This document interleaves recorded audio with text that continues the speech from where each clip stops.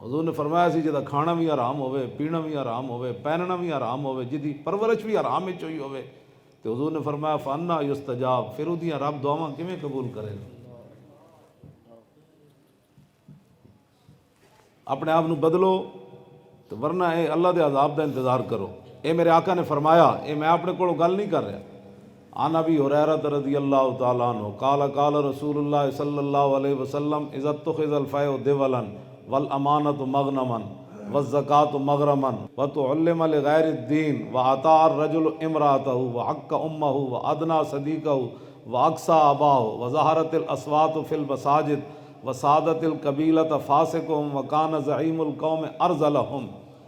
وأکرم الرجل مخافت شرہ وظہرت الکائنات والمعازف وشربت الخمور ولعن آخر هذه الامة اولها فارتكبوا عند ذلك ريحا حمراء وزلزلة وخسفا ومسخا وقذفا وآيات تتابع كنظام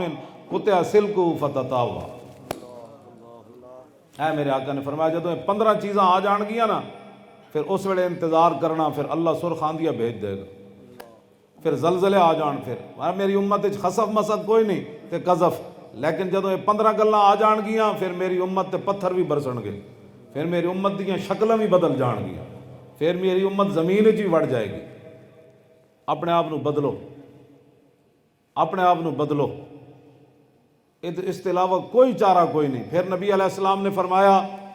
عن ابن عمر رضی اللہ تعالی عنہما قال سمعت رسول اللہ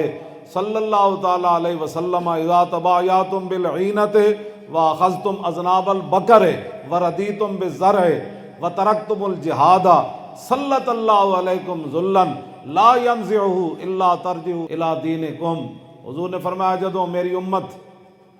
بیع عینہ کرنے لگے، بیع عینہ تو مراد ہے جڑا موجودہ بیانہ نہیں ہوندا، اودی ایک شکل ہے۔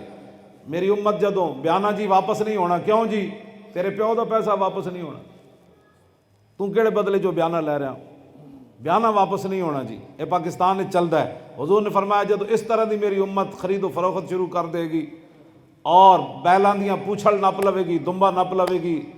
اور کھیتی باڑی دے کاروبار وچ مصروف ہو جائے گی، میری امت نو حضور نے فرمایا تسی جہاد چھڑ دیو گے، پھر اللہ تواڈے تے ایو جہی ذلت مسلط کرے گا جڑا کدی بھی ختم نہیں کرے گا،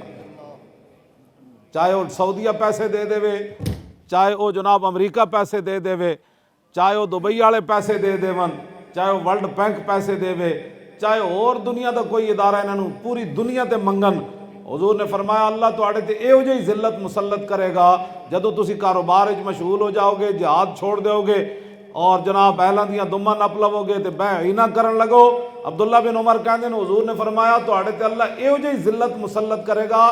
لا ینزع، کدی بھی انہوں ختم نہیں کرے گا۔ کدوں ختم کرے گا؟ حتی ترجعوا الی دینکم، یہاں تک کہ تم اپنے دین کی طرف واپس آ جاؤ۔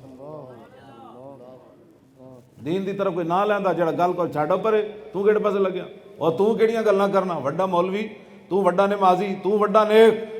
یہ تو میرے آقا نے فرمایا بدلے گا زمانہ لاکھ مگر قرآن نہیں بدلا جائے گا، اے قول محمد قول خدا فرمان نہیں بدلا جائے گا۔ ذلت کسی اور وجہ تو پیسے دی وجہ تو ذلت تے نہیں ہے، ذلت ہے کسی اور وجہ تو جڑے رسول اللہ نے بات فرمائی ہے، وہ ذلت ہے دی وجہ تو تواڈے اوتے پورے عالم اسلام ہوتے ذلت دی وجہ تو ایتھے جناب بیماریاں اور تے دوائیاں اور کیتیاں جا رہی ہیں۔ ایک کہندے نے بھائی کرتارپور دا بارڈر کھل جائے گا تے پاکستان وچ پیسے آنے شروع ہو جان گے، اینج کدی بھی نہیں ہونا۔ سکھ آن گے تے دین دشمن آن گے، مرزائی ادھروں ہو کے ادھر آن گے اور تواڈے دشمن ضرور آن گے، لیکن محمد عربی دا دین اتنے اسے ویلے آئے گا جدوں تسی اسلام دی طرف واپس آنا ہے۔